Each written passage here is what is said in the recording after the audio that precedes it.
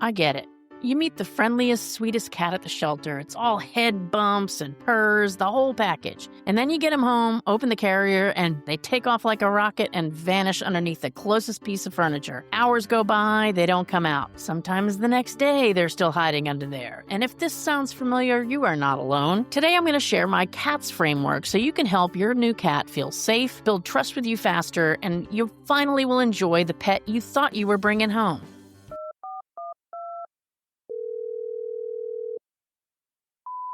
You've reached the Pet Parent Hotline, your lifeline to practical solutions for your toughest pet parenting challenges. I'm your host, Amy Castro, and I'm here to help you cut through the noise and turn expert advice into step-by-step strategies so you can stop chasing your tail and start enjoying life with pets again.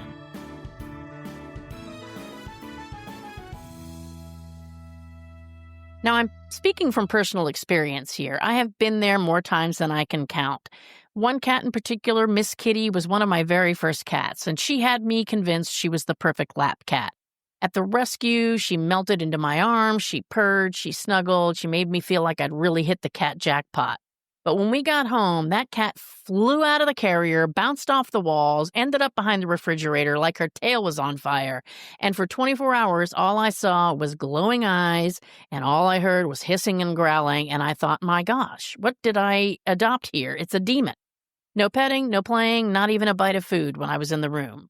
And it's not even just Miss Kitty. I have had my own cats vanish into furniture after I moved. As a matter of fact, when I moved to this house that I live in now, Penny Pinhead, who was probably my most mellow cat, disappeared down the sofa cushions for 24 hours and would not come out.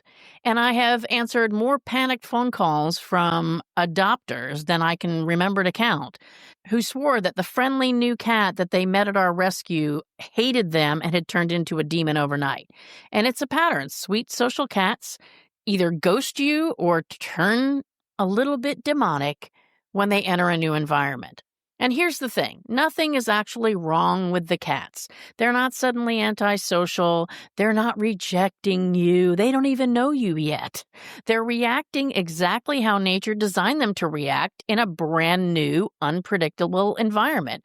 To a cat, your house, no matter how nice it is full of strange smells, unfamiliar signs, and predators around every corner as far as they're concerned.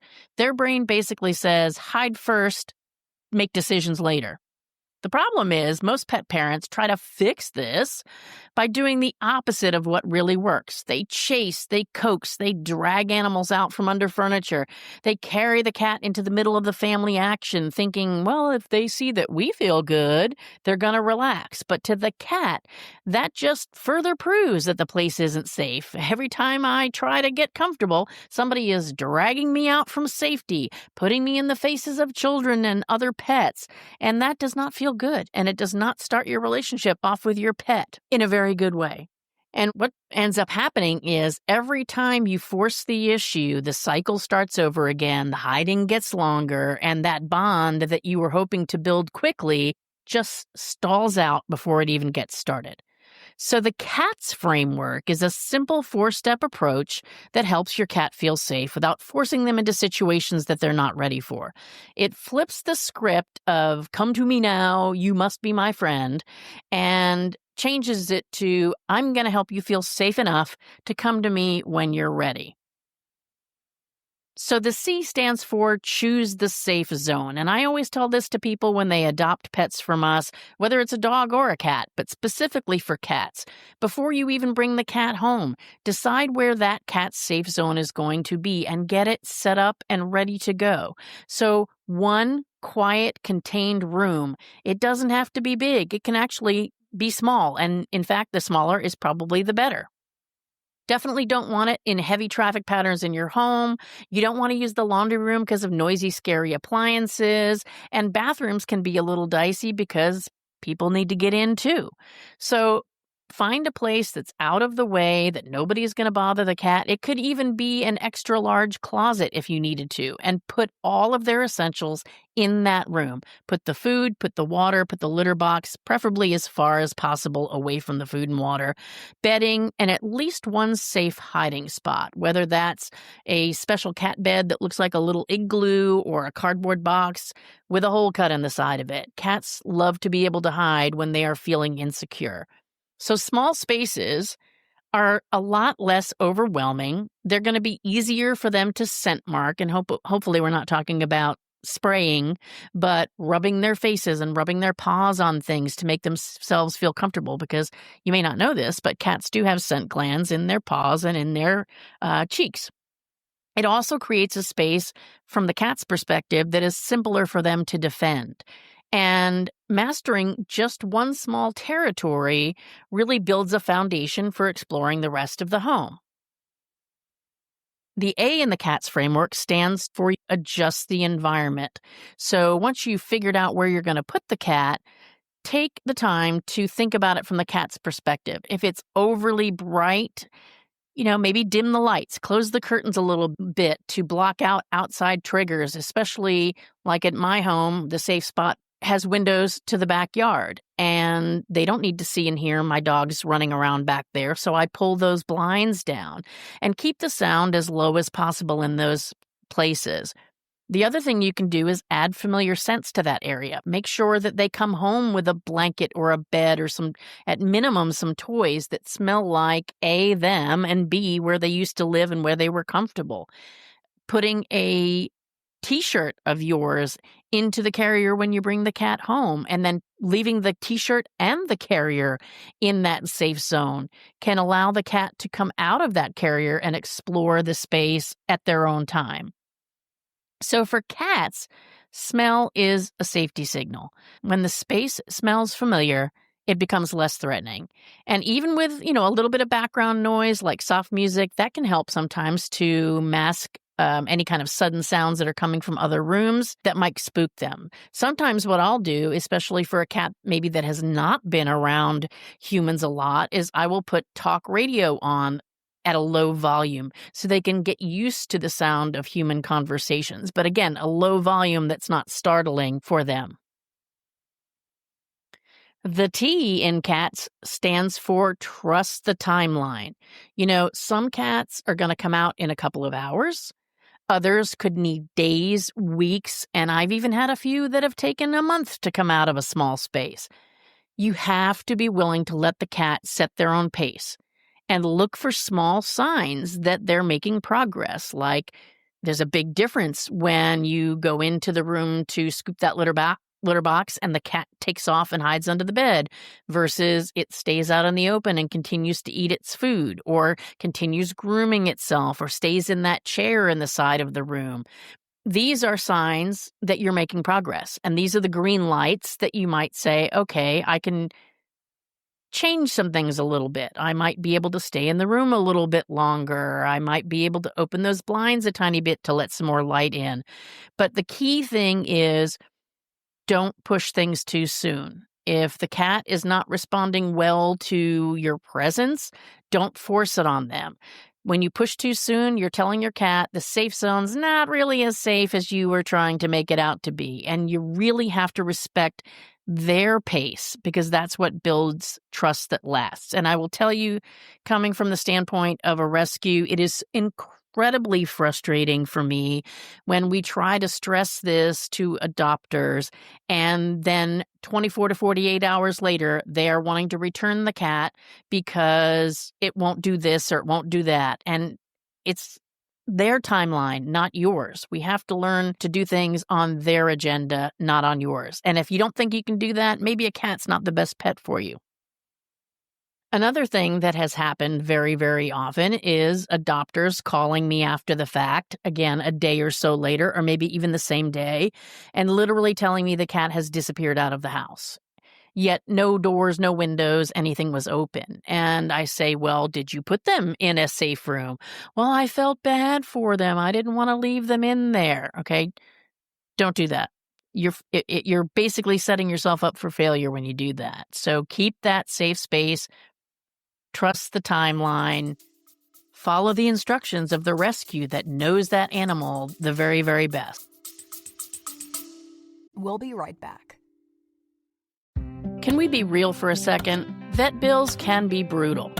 One unexpected visit, and suddenly you're choosing between paying your rent or paying for your pet's care. That's exactly why I created the Vet Bill Survival Kit. It's free, and inside you'll find 10 proven ways to save money at the vet without shortchanging your pet. Download your kit today at petparenthotline.com/vetkit. That's petparenthotline.com/vetkit.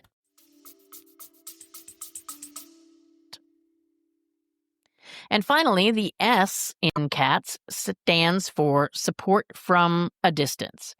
So it is every instinct that we have as human beings to want to comfort that frightened animal by going over and picking them up. But that does not work. So spending time in the room, in the beginning, I usually tell people just leave the cat in the room, leave them alone, especially if they're showing signs of hiding. You never know, you might get lucky and get a cat that is all out in the open the minute you get there and purring and rubbing on your legs. Great, you have gotten super lucky, but most cats are going to be hiding. And rather than forcing yourself on them, go into the room, bring a book, bring your game on your phone and just sit on the floor and spend time in their space without approaching them. The other thing that I think people do is they spend too much time talking and talking at a loud volume. So sit and be quiet initially if the cat is especially skittish. Or if it's not super skittish, but only mildly skittish, then maybe talking at a low volume, a whisper. Keep your body language and your movements slow. Don't jump up and down. Don't flail, don't start playing with a feather toy and flapping your arms everywhere and scaring the crap out of the cat. What you want to do is you want to show your new cat that you are predictable and you are not threatening.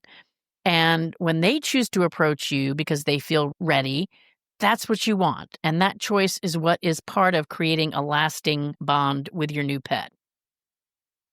So I can already hear your wheels turning and I can hear the objections that you have. I don't want to have to keep them in just one room. That seems mean. No. It is not mean. It is giving them a safe space where they are in control of the environment. Another one that I hear often, my kids want to play with the cat now. Let them be quiet observers and learn how to respect the cat's boundaries. And if your children are too young or too energetic to do that, then it might not be time for you to get a cat, or you might need to search a little bit harder to find a cat that is more outgoing and less shy. And that's something that I think you can assess with the help of talking to your shelter or your rescue workers to find a cat that's going to be a little more comfortable around children than some cats are. Another one, I want them to meet my dog right away. Well, or my other cat. They don't want to meet your other cat. They don't want to meet your dog right away. They are processing enough drama and trauma. They don't need other critters being added to that. So that whole introduction process is a process in and of itself. So in addition to your new cat adjusting to a new environment, if there are children or cats or dogs that they need to adjust to, there is a whole nother process we go through with that. And I won't get into that in this episode, but I will say that letting them meet by scent first is one of the best ways to go, rather than face-to-face. Face-to-face is the last step in the process, and that should come well after your cat has adjusted to their new environment. So one question that people ask me is, when should I be concerned? Like, when do I have to worry there's something wrong with the cat? Again, the odds are that there aren't. But watch for things like eating, drinking, using the litter box. I mean, if the cat has seemingly not been out from under the bed in 24 hours and there is nothing in the litter box, the food looks exactly the same, the water hasn't been touched, then that might be a situation where the cat needs to go to the vet. Stress is normal. Not eating, not going to the bathroom is dangerous. And for cats, getting dehydrated can quickly turn into a medical emergency. But As long as there is something in the litter box each day, as long as it looks like the water is going down in the water bowl and the food is going down in the food bowl, trust the timeline. But if you're like most pet parents, you're probably going to try things despite what I'm telling you here today. You're going to try things, and maybe you've done this in the past with other pets, other cats that you've brought home, like trying to coax them out with food or treats, pulling them out physically so they quote unquote get used to the house, carrying them around different rooms, giving them a house tour. They don't need a house tour. Definitely don't want to do things like introducing them right away to the rest of the household, including pets or kids. The problem is that although it's well-intentioned to try to help the cat adjust, it usually makes the cat retreat further. Every time you take their control away from them, it confirms to them that the outside world is unsafe and that even their hiding spot is unsafe.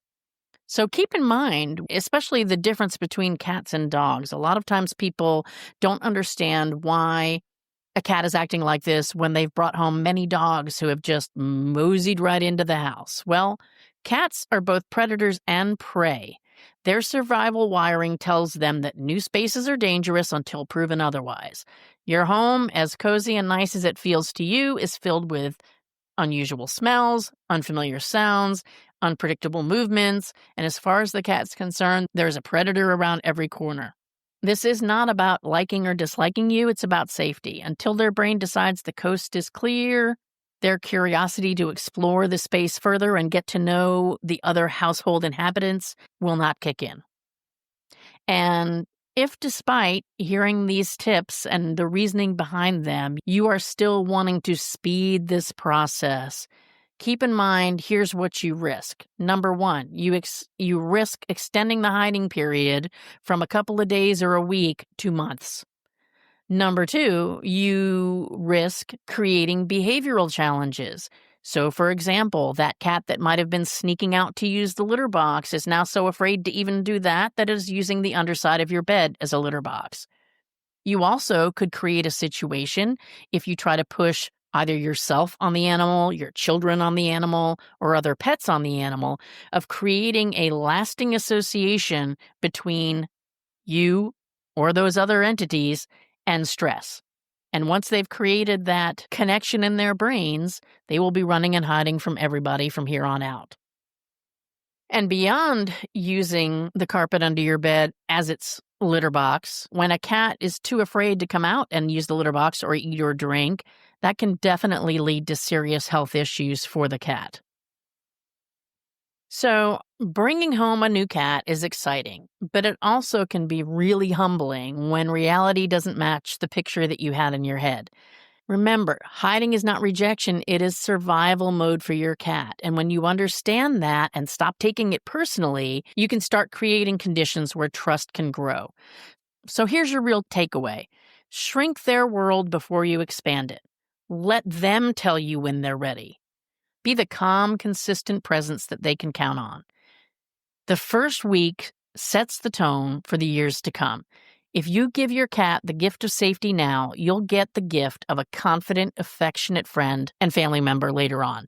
That's a trade you're never going to regret. So the next time you catch those two little eyes glowing out from under the bed, remember, they're not deciding if they like you. They're deciding if the world is safe. And with the cat's framework, you get to be the reason that the answer is yes, it is. And finally, to help you with this transition, I've put the CATS framework into a quick and easy download just for you, and it's totally free. Just go to petparenthotline.com/bringingHomeKitty.